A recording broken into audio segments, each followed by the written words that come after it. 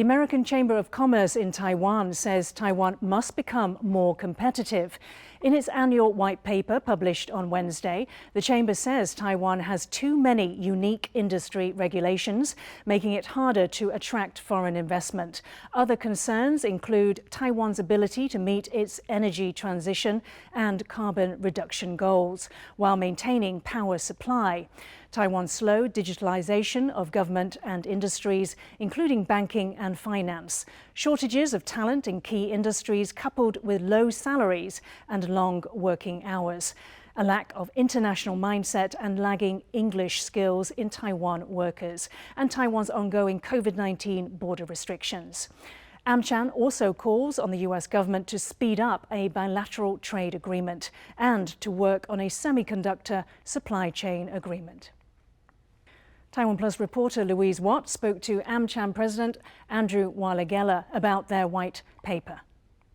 AmCham has long promoted the idea of a bilateral trade agreement. It hasn't happened yet. Do things look more promising this year? I think they're much more promising. We haven't lost sight at all of that objective of a full-blown, very comprehensive and deep bilateral trade agreement or free trade agreement.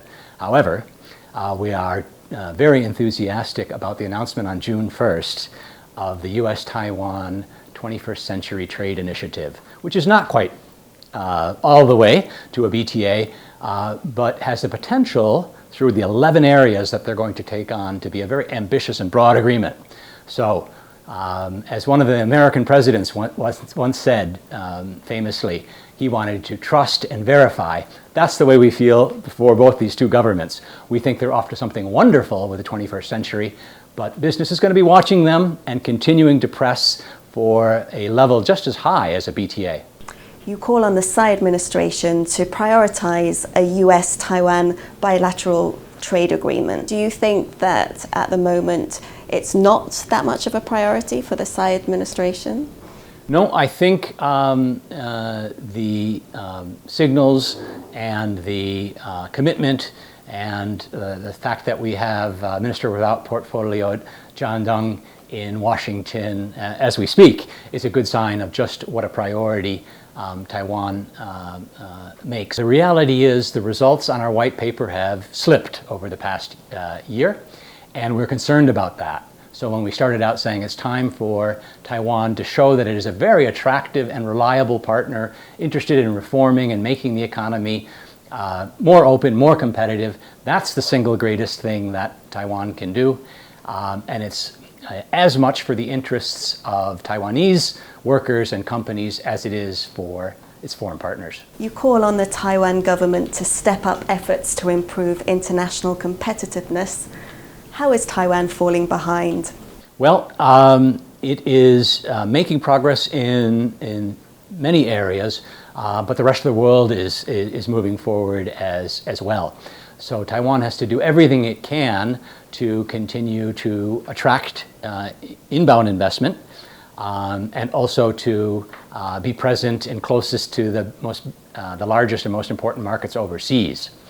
One of the ways I mentioned is harmonizations of rules and standards and regulatory practices in Taiwan so that the practices that are common around the world are also in place here in Taiwan. When Taiwan sets up a distinctive set of standards or a way of regulating an industry, it makes it challenging for leading edge companies from the United States or around the world to work here and to tailor to unique practices. Your members say they're concerned about the local workforce's lagging English skills and also a lack of an international mindset. Could you elaborate more on that international mindset that's missing?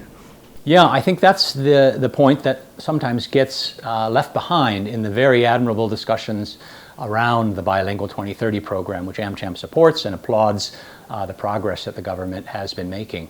But along with that process of improving technical skills in verbal or written communication comes the ability to think internationally.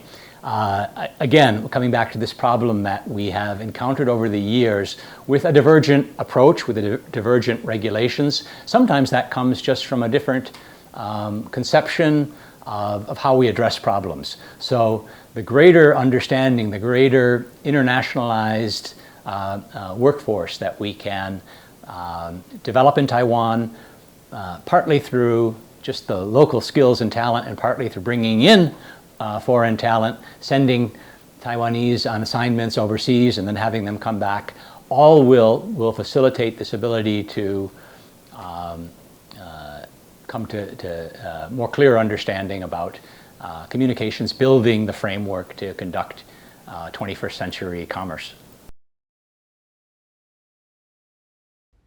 That was AmCham Taiwan's president, Andrew Wylegala, talking to Louise Watt. TaiwanPlus reached out to Taiwan's top economic planning agency, the National Development Council, on Tuesday for their reaction to the embargoed report, with no response so far.